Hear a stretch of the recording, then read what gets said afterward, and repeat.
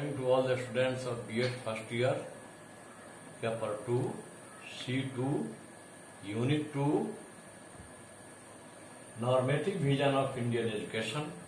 Topic is Lecture 14. भारतीय संविधान के संघीय स्वरूप का संक्षिप्त वर्णन करते हुए शिक्षा व्यवस्था के लिए निहितार्थ पर प्रकाश डालें।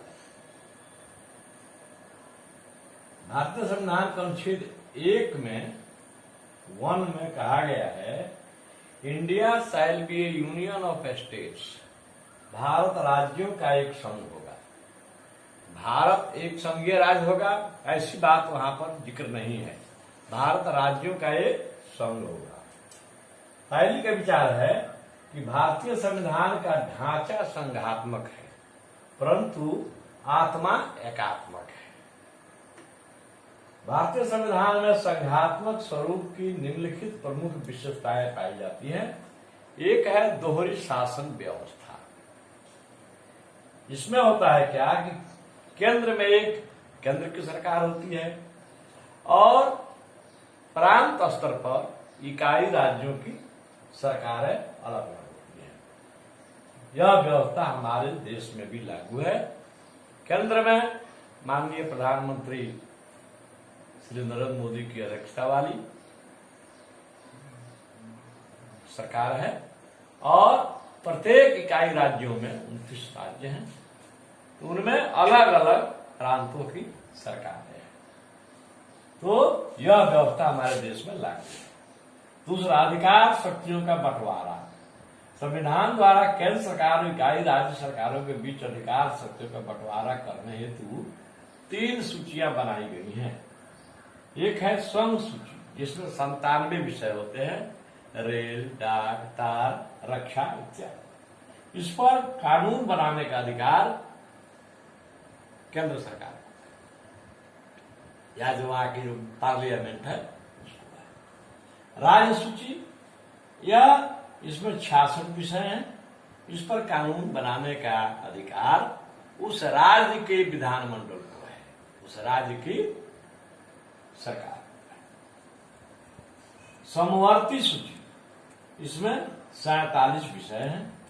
इस पर कानून बनाने का अधिकार केंद्र सरकार को भी है और राज्य सरकार को भी है। लेकिन जब दोनों द्वारा बनाए गए कानून एक दूसरे के विरोधी होते हैं, तो ऐसी स्थिति में केंद्र सरकार द्वारा बनाया गया कानून ही प्रभावशाली होगा। तीसरा है संविधान की सर्वोच्चता। दोनों सरकारों अर्थात केंद्र सरकार और राज्य सरकारों के ऊपर संविधान है, जिसके प्रत्येक अनुच्छेद का समान रूप से पालन केंद्र सरकार को भी करना है और इकाई राज्य सरकारों को भी करना है। सबसे ऊपर संविधान है। उसके बाद है चौथा, एक स्वतंत्र, सर्वोच्च एवं निष्पक्ष न्यायपालिका। इसका कार्य यह देखना है, जो सुप्रीम कोर्ट है, इसका कार्य यह देखना है कि केंद्र और इकाई राज्य सरकारें संविधान के अनुच्छेदों के दायरे के अंतर्गत अपना कार्य कर रही हैं या नहीं। यदि कोई केंद्र सरकार या इकाई राज्य सरकार संविधान के दायरे से बाहर जाकर कोई कानून बनाती है, तो उस कानून को सुप्रीम कोर्ट अवैध घोषित कर सकता है। तो उपयुक्त चारों विशेषताएं भारतीय संविधान में या भारतीय संघ में देखने को मिलती हैं, लेकिन इसमें इकाई एकात्मक सरकार की भी विशेषताएं पाई जाती हैं। जैसे स्वयं सूची पर तो इसको अधिकार है केंद्र सरकार को कानून बनाने का। राज्य सूची के विषयों पर भी संकट काल लागू होने पर देश में या राज्य में केंद्र सरकार ही कानून बना सकती है और समवर्ती सूची पर भी केंद्र सरकार ही कानून बना सकती है। इसके अलावा भी जो कुछ विषय छूट गए होंगे वे अवशिष्ट सूची में आते हैं, उन पर भी कानून बनाने का अधिकार केंद्र सरकार को ही है। तो इस प्रकार हम देखते हैं कि संकट काल में पूरी शक्ति जो है केंद्र सरकार के जो राज्य प्रधान होते हैं, राष्ट्रपति, उनके हाथों में जाकर सिमट जाती है, जो अपने राज्यपालों के माध्यम से प्रत्येक इकाई राज्यों में शासन करते हैं। इसीलिए ठीक ही कहा गया है, पायली महोदय ने कहा है कि भारतीय संविधान का ढांचा संघात्मक है, लेकिन उसकी आत्मा जो है एकात्मक है, क्योंकि इसमें एकात्मक सरकार की भी विशेषताएं पाई जाती हैं। आइए हम लोग को चलना है मुख्य रूप से शिक्षा व्यवस्था के लिए निहितार्थ। वर्तमान युग में शिक्षा व्यवस्था लोकतांत्रिक समाज में राजनीति से प्रभावित होती है। इसीलिए सरकार बदलने के साथ, राजनीतिक दल के बदलने के साथ, सरकार में आने के साथ शिक्षा का स्वरूप भी प्रभावित होता रहता है। इसलिए कभी 12+1+2 था, कभी 11+2+2 था, अभी 10+2+3, सब मिलाकर 15 होना चाहिए, 15 वर्ष। अभी जो है 18 शिक्षा आयोग ने भी जो है इसकी चर्चा की है कि 8+4 की भी व्यवस्था की जा सकती है, सिफारिश। तो यह सरकार बदलने के साथ साथ राजनीतिक दलों के सत्ता के आने के बाद उनके अनुसार शिक्षा प्रभावित होती रहती है। जैसे 1977, 1980 के पहले अंग्रेजी अनिवार्य विषय के रूप में उच्च विद्यालयों में पढ़ाई जाती थी। 200 अंकों की अनिवार्यता थी, अनिवार्य रूप से अंग्रेजी पढ़ना था। उसका अंक जो है एग्रीगेट में जुड़ता था। 1980 के पहले 200 का अंग्रेजी अनिवार्य थी, लेकिन 1980 के बाद जो है, जब जनता पार्टी की सरकार कुछ दिन के लिए बनी थी 77 से 80 के बीच में, तो उसने विधेयक पास किया था। यहां पर राज्य सरकार में माननीय कर्पूरी ठाकुर जी मुख्यमंत्री थे कि अंग्रेजी की अनिवार्यता हटा दी जाए। तो कांग्रेसी शासन के द्वारा जो अंग्रेजी की अनिवार्यता थी, तो ये जनता दल की जब सरकार बनी, उसकी अनिवार्यता हटा दी गई।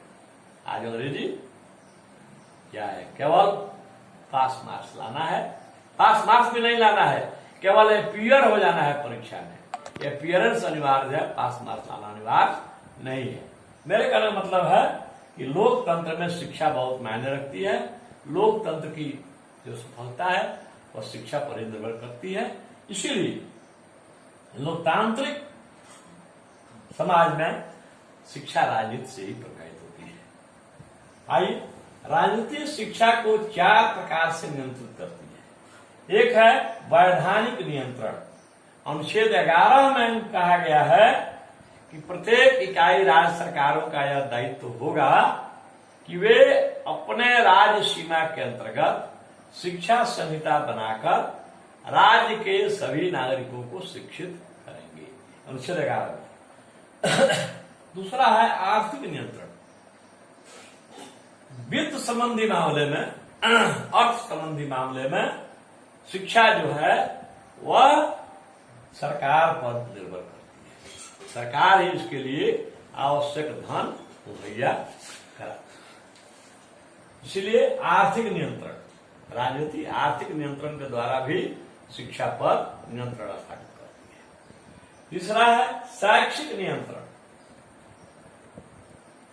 शिक्षा व्यवस्था के लिए पाठ्यक्रम, पाठचर्या, शिक्षकों की नियुक्ति, प्रधानाध्यापकों की नियुक्ति, उनके दायित्व इत्यादि सारे विषय वस्तु में शैक्षिक नियंत्रण के अंतर्गत आती हैं, जो सरकार के द्वारा संपन्न किए जाते हैं। पाठ्यक्रम निर्धारण, सरकार के द्वारा होता है, पाठ कल्याण निर्धारण सरकार के द्वारा होता है, और शिक्षकों की नियुक्ति से लेकर मैट्रिक, इंटर इत्यादि की परीक्षाएं भी सरकार के द्वारा की जाती है। इसलिए शैक्षिक नियंत्रण भी यह राजनीतिक शिक्षा पर करती है। नेक्स्ट, चौथा है प्रशासनिक नियंत्रण। सरकार द्वारा बनाए गए शिक्षा संबंधी संहिता का अनुपालन विद्यालय कर रहे हैं अथवा नहीं कर रहे हैं, इस पर नियंत्रण करने के लिए प्रशासनिक नियंत्रण होता है गवर्नमेंट के द्वारा, और उसके लिए शिक्षा विभाग का एक ढांचा बनाया गया है। जैसे राज्य में है, सबसे ऊपर है मुख्यमंत्री, उनके बाद उप मुख्यमंत्री, उनके बाद शिक्षा मंत्री, उनके बाद शिक्षा विभाग के प्रधान सचिव, उनके बाद निदेशक, उनके अंदर फिर सहायक निदेशक, कई उप शिक्षा निदेशक, कई सहायक निदेशक, फिर प्रमंडल में आरडीडी क्षेत्रीय शिक्षोप निदेशक, जिले में जिला शिक्षा पदाधिकारी, फिर उनके अंदर डीपीओ जिला कार्यक्रम पदाधिकारी अनेक होते हैं, 5, 6, 7 भी होते हैं। फिर उसके बाद प्रखंड स्तर पर बीओ प्रखंड शिक्षा पदाधिकारी, बीईओ ब्लॉक एजुकेशन अफसर, इनके अंतर्गत अब क्लास 1 से 12 तक के विद्यालय आ रहे हैं। क्लास 1 यानी प्राइमरी स्कूल, उसी में फिर आगे सीनियर प्राइमरी स्कूल या मिडिल स्कूल, फिर हाई स्कूल, फिर +2 हाई स्कूल, ये सब उसमें उनके अंतर्गत आते हैं, बीओ के अंतर्गत। एक समय था कि इस बीओ का पोस्ट जो था उसमें लिखाता था बीईईओ ब्लॉक एजुकेशन एक्सटेंशन अफसर, प्रखंड शिक्षा प्रसार पदाधिकारी। तो इनका कार्य केवल वर्ग 1 से 5 तक के विद्यालयों का निरीक्षण करना था। ऊपर के विद्यालयों का निरीक्षण वर्ग 8 तक वो डिप्टी इंस्पेक्टर ऑफ स्कूल खैर तो रहता है। तो इन 4 माध्यमों से राजनीतिक शिक्षा को प्रभावित करती है, नियंत्रित करती है। उपयुक्त विवरण से स्पष्ट हो जाता है कि राजनीतिक शिक्षा को अनेक प्रकार से नियंत्रित करती है, जो कि हम लोगों ने अभी अवलोकन करके देखा है। आज हम लोग का इकाई 2 कंप्लीट हो गया, इकाई 1 भी कंप्लीट हो गया, इकाई 5 भी कंप्लीट हो गया है। फिर आगे देखेंगे। धन्यवाद।